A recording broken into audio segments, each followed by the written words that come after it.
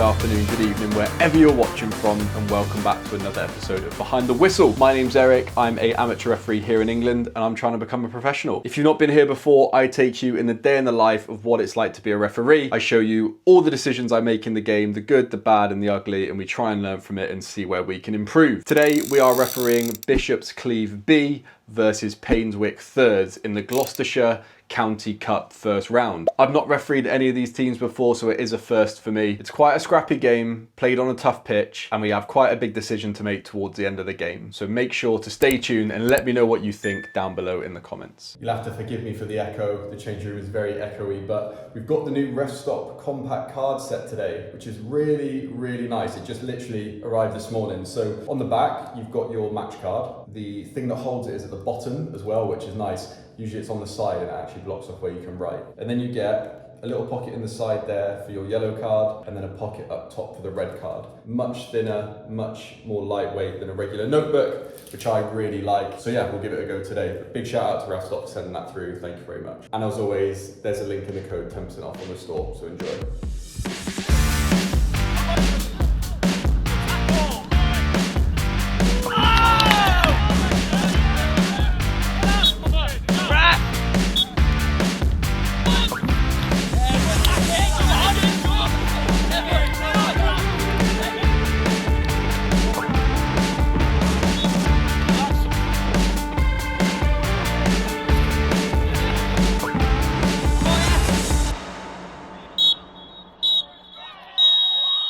So time for kickoff.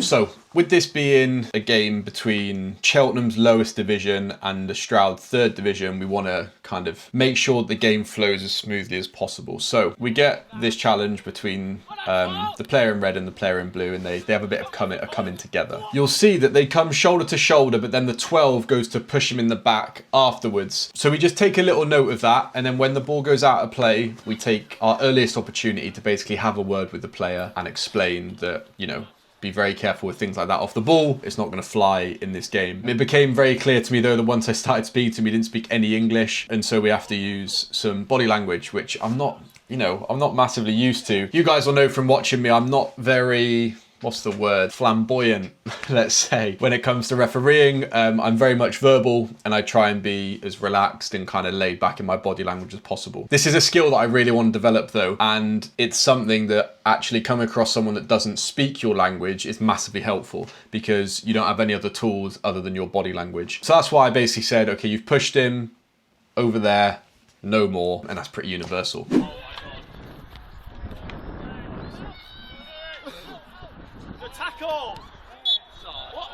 We then give this foul here.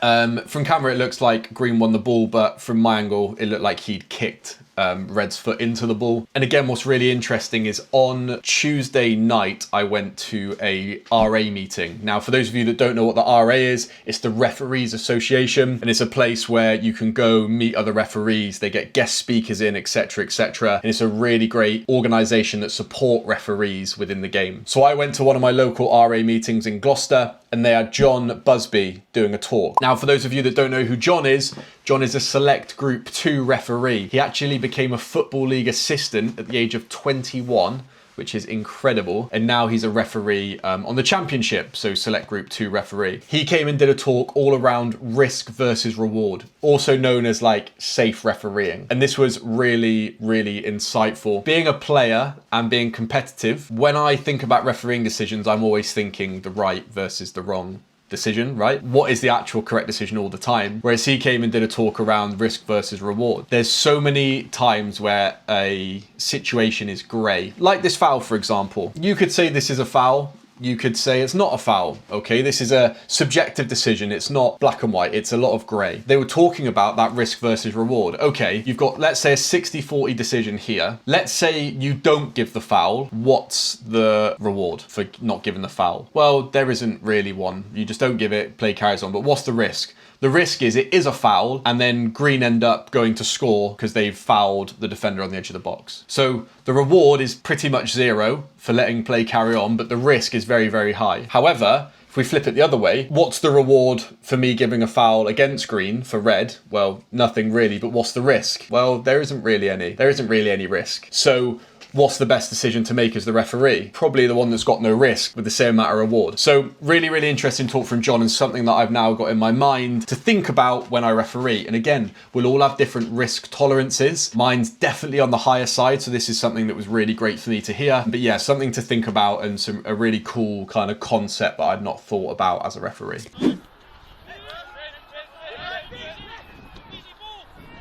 We then get this situation where the number 2 makes the tackle and kicks it back to his goalkeeper.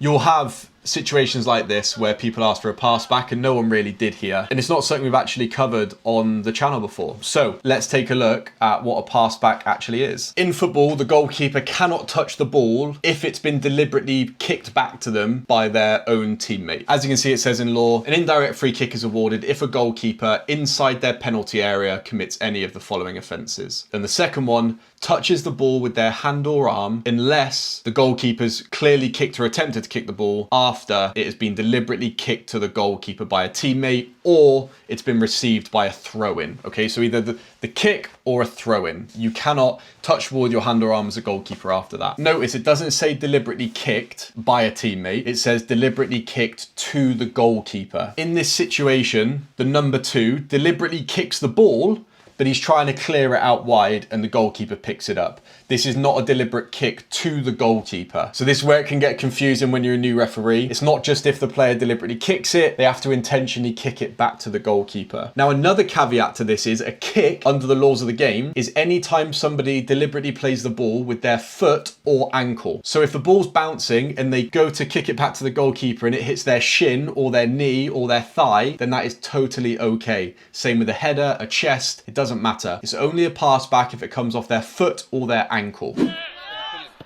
Yes. Oh! Johnny! Camera's there!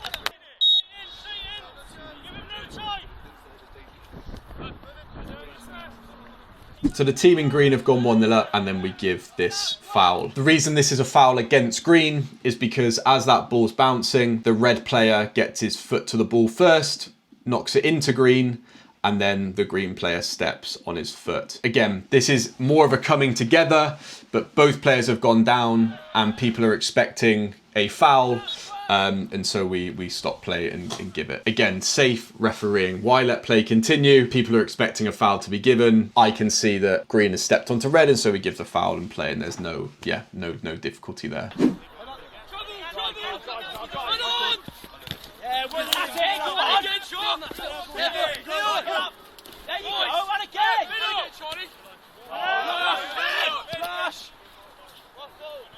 Charlie, help him here. On the edge. Thin line. There you go. Again, a simple one for me, a push in the back. Come on. Yes, that's it. Here we go. Fine, Jack. And somehow Green 11 turns into prime Maradona and makes it 2-0.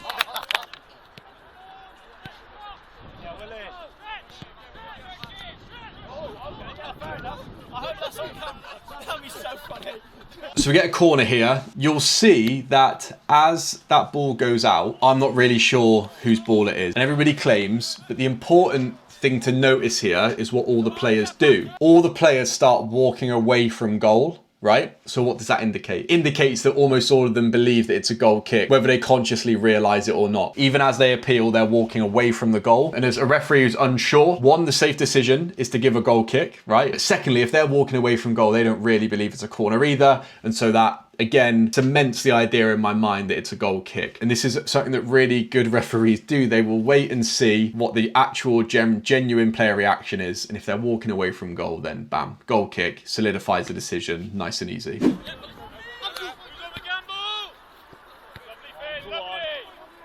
greedy! Be greedy! Oh! That's a hell of a block. Oh, nah. Go down if you have to, bro.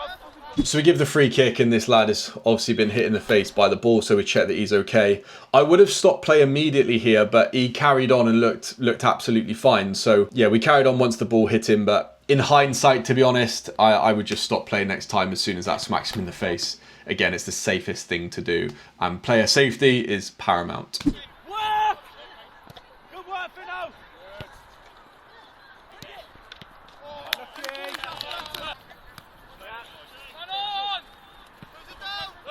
Go back out! There we go. To it!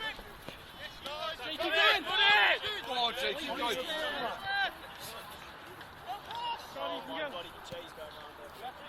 That is a brilliant technique. Not like that, no! On my head, though. So the player number 5 challenges the ball with his foot very high up in the air. And obviously the green player can't play this safely. So this is playing in a dangerous manner. We decide to have a word with him again.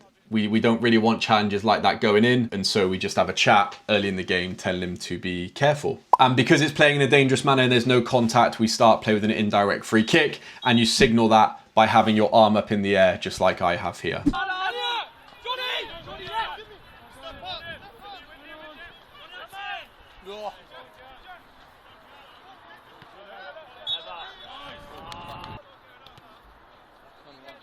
And then that same player, just a couple minutes later, plays in a dangerous manner again. Again, he puts his foot up, again, quite high around kind of chest height. And so now we make more of a deal of it. I didn't think it warranted a yellow card. It was borderline, but the safest thing to do was stop play. I say, look, you've had that one over there. Now you've had that one here. Be very, very careful with the high foot. And again, we restart play with an indirect free kick.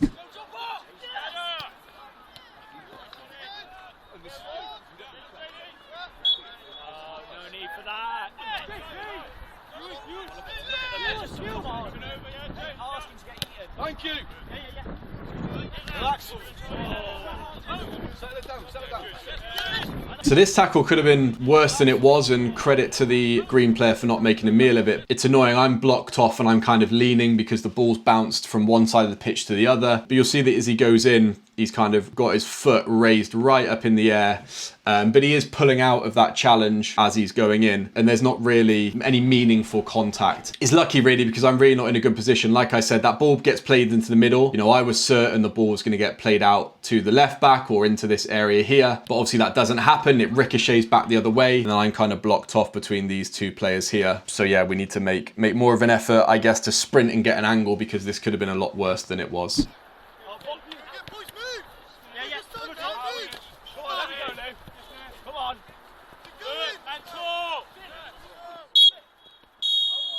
So that is half time. We ended up covering just under 5 kilometers in that game. I moved a lot less in this match than I do in other matches, and that's just, I guess, a reflection on the nature of the game. A lot of it was played in the middle. There wasn't much kind of end-to-end play. The pitch is bobbly, it's firm, there wasn't much quality. And so it made it difficult to referee. One, because, you know, like I said, I was kind of caught up in play a lot and there wasn't much expanse. And two, I just didn't really sprint around a lot. Like, look at this. I had hardly any sprints during the game. Most of my areas are kind of central. Again, it was just the nature of the game for this one.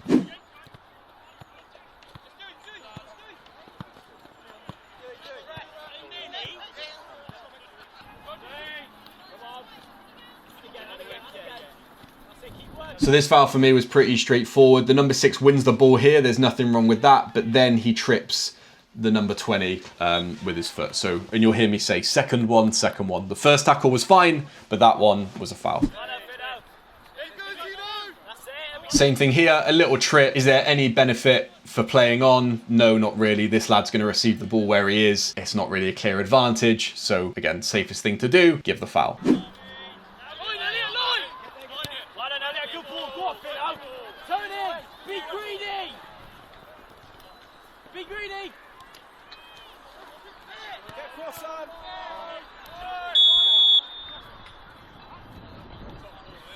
We then get our biggest decision of the match, really.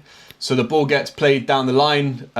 This lad goes through, and then there's contact between the goalkeeper and him, and we give a penalty. My thought process through this: so as the ball gets played in, the number 6 just heads it past, and the goalkeeper makes contact with his head. From where I was, it was a pretty clear view, but I just wanted to take a second to think, to make sure I'd seen what I had seen, that I'd actually seen the contact. I had, and so that's when I decided to give a penalty. My first thought is obviously let's go check on the player, make sure he's all right, and then through this time I'm thinking about sanction. Obviously there's contact with the head. It's not dogso because it's too wide and he's headed it way past the goalkeeper, and I'm thinking, is this careless, is it reckless, is it serious foul play? You'll then see both players kind of shake hands and we're all good, and at this point I've decided on no sanction. The reason for this is I thought it was just like careless, like it's more that he's put his arms out and the players run into them rather than a punch. On reflection, with it being contact to the head and a foul, I would err on the side of reckless if I was in this situation. Again, I'd probably give a yellow card for reckless play. As you guys have seen, the temperature of this game was pretty much 0 and nobody,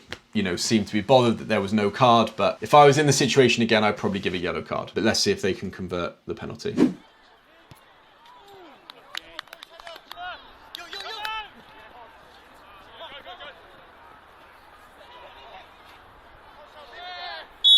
So we've given this free kick here, and then I'm marking out the wall for the free kick. A little tip, which I've spoken about in a video before, but I'll say again, is when you're setting up the wall like this, set them inside the box or outside the box, okay? We may know as referees that if they are on the line, they are technically in the penalty area, but just have them either inside or outside. Don't have people on the line because it causes a world of confusion. For me, it was just mark them inside the box. That way you know if they're creeping forward or not, and you can tell them, look, you are inside the box. Keep your hands down, don't put them up anywhere, etc., etc. So either go inside or outside. Don't put the wall on the line. It causes a lot of problems.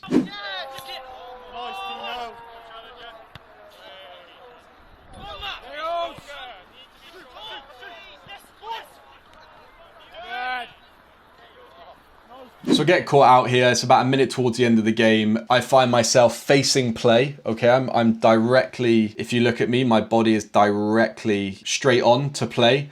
I'd want to be more side on, right? I want to be more sideways so that I can see play and I can see it across me as well. Second is, as that ball's gone up in the air, you can see that I'm looking up in the air. Okay, I'm looking at the ball. I don't need to look at the ball. The ball cannot make an offense, okay? It can't commit a foul. So what I should be doing is looking at where the ball is gonna land. Now you might say, okay, Eric, but how do you know where the ball's gonna land if you're not looking at the ball? Well, you can look at the players, right? If we take a look at what the players are doing, they're looking in the air. So of course I know that the ball's gonna be there. We obviously finally realize there's some danger and we try and break wider so that we can get an angle on what's about to happen. Thankfully, nothing does happen, nothing comes of it.